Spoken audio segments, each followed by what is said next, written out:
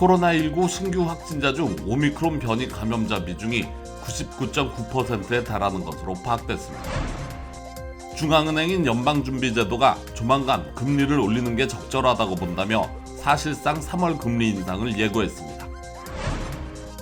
캘리포니아 산호세시가 전국에서 처음으로 총기 소유자에게 부담금을 물리고 책임보험에도 가입하도록 하는 방안을 추진합니다. 게빈 뉴섬 캘리포니아 주지사가 탄소 배출 제로를 목표로 올해 전기차 전환 등에 모두 100억 달러를 투입한다고 발표했습니다.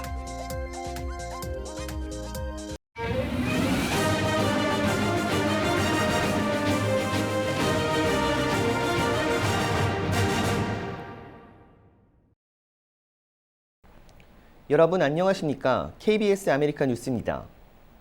오늘 LA 카운티 코로나19 신규 확진자 수는 2866명으로 집계됐습니다. 사망자는 91명으로 어제보다 2배 이상 늘었습니다.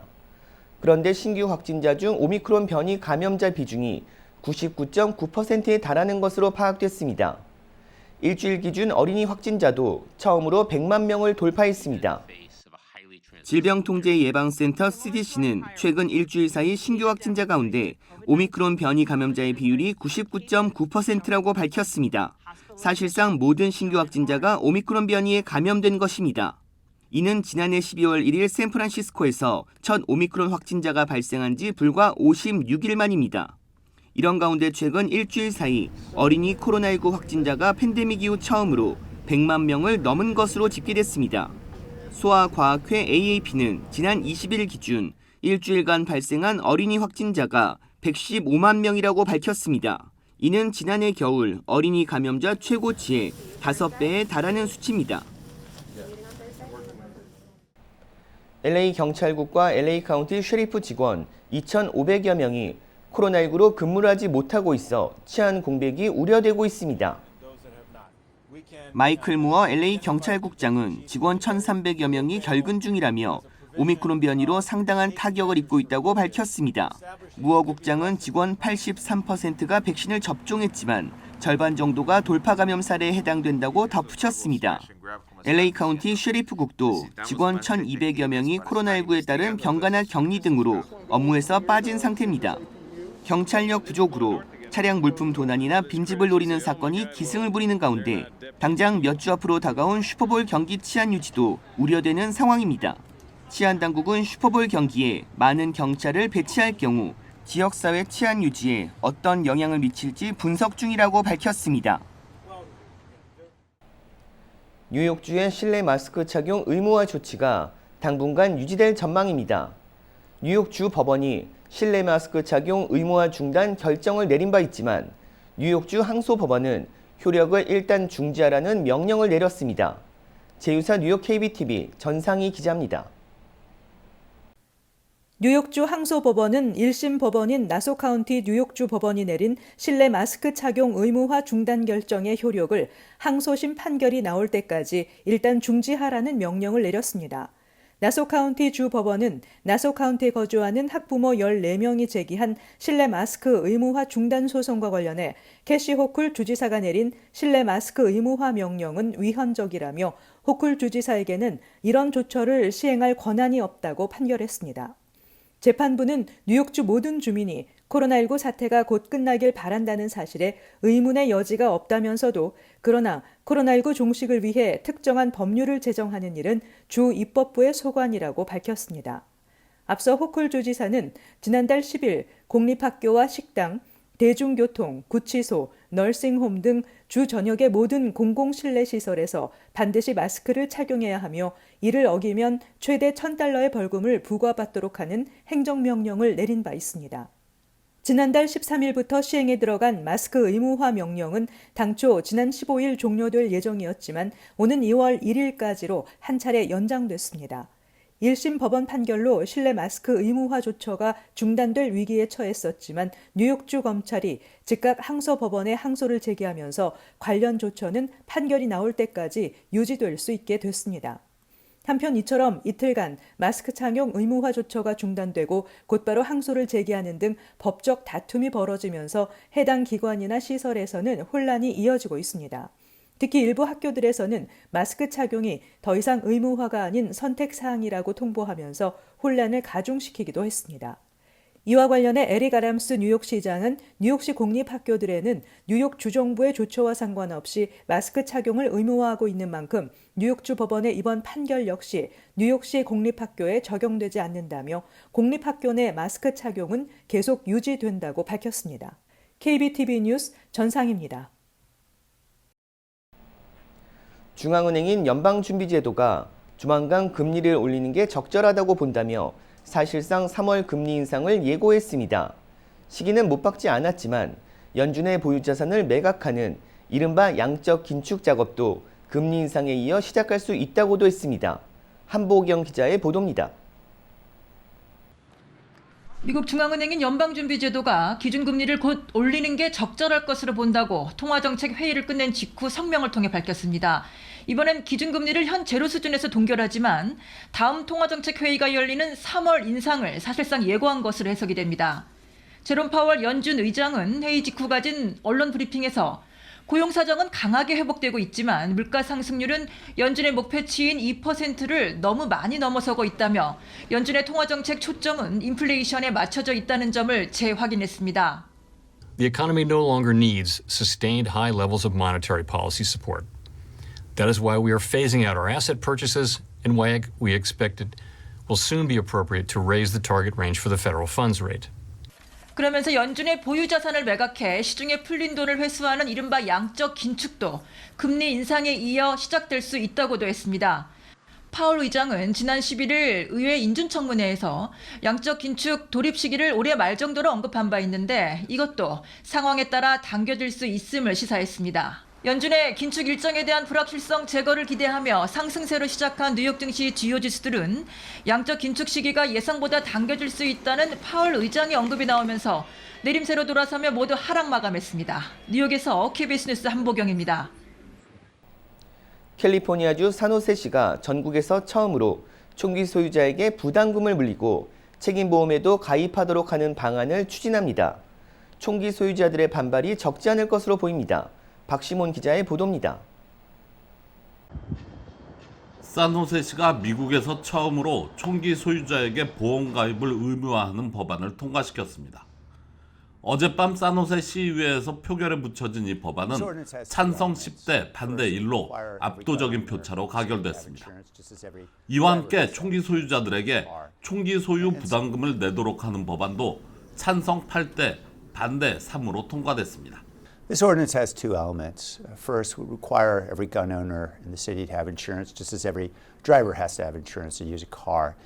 And second, we would be funding violence prevention initiatives with a fee that would be levied on gun owners. 법안에 따르면 총기 소유자는 연간 $25의 총기 소유 부담금을 관련 비영리 단체에 납부해야 합니다.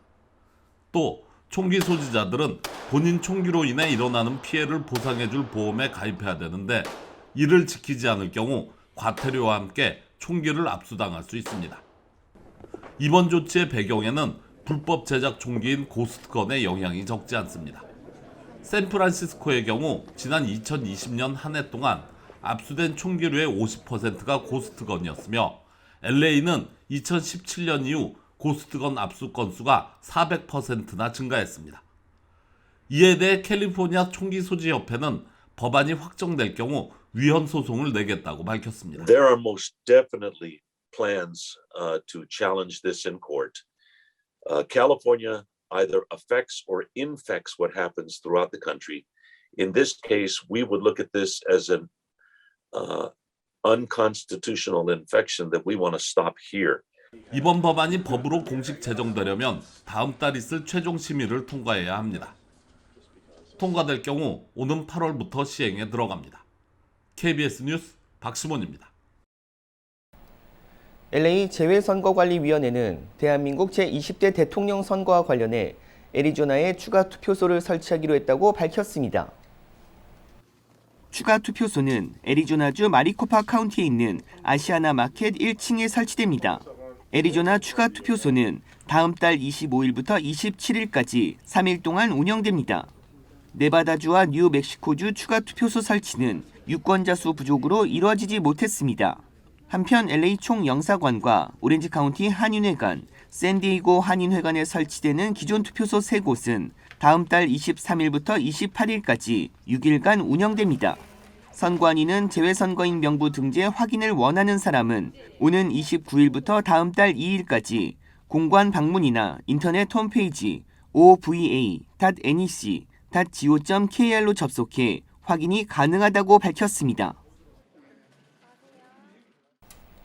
게빈 뉴섬 캘리포니아 주지사가 탄소 배출 제로를 목표로 올해 전기차 전환 등에 모두 100억 달러를 투입한다고 발표했습니다.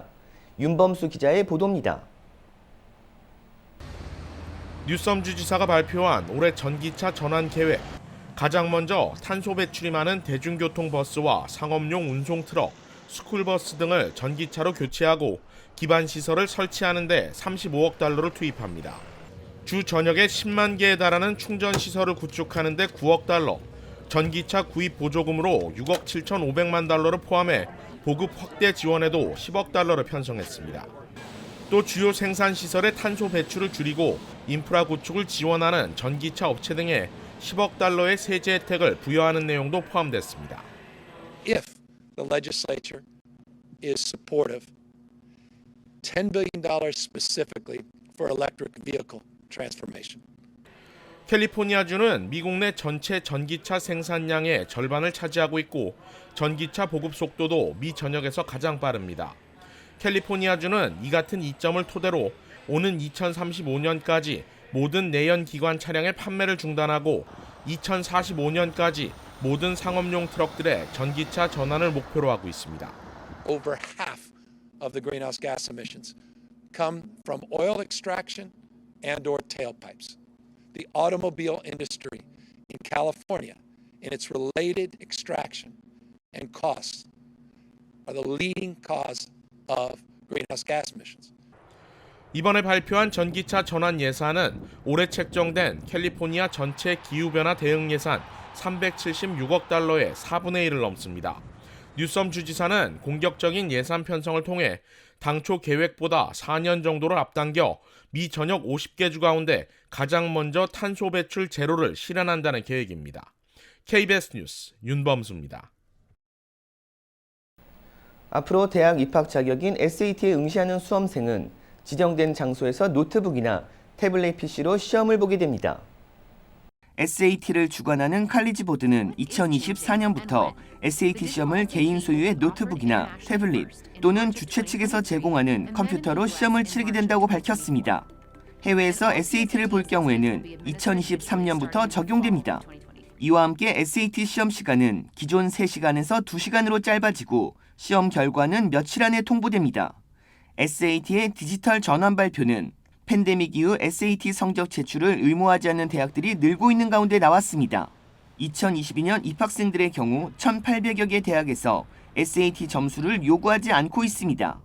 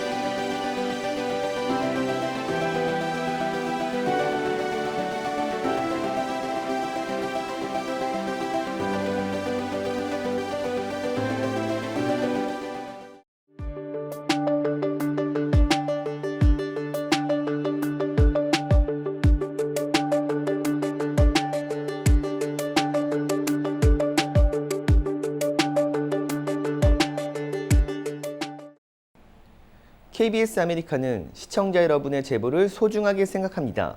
오늘 뉴스 마칩니다. 고맙습니다.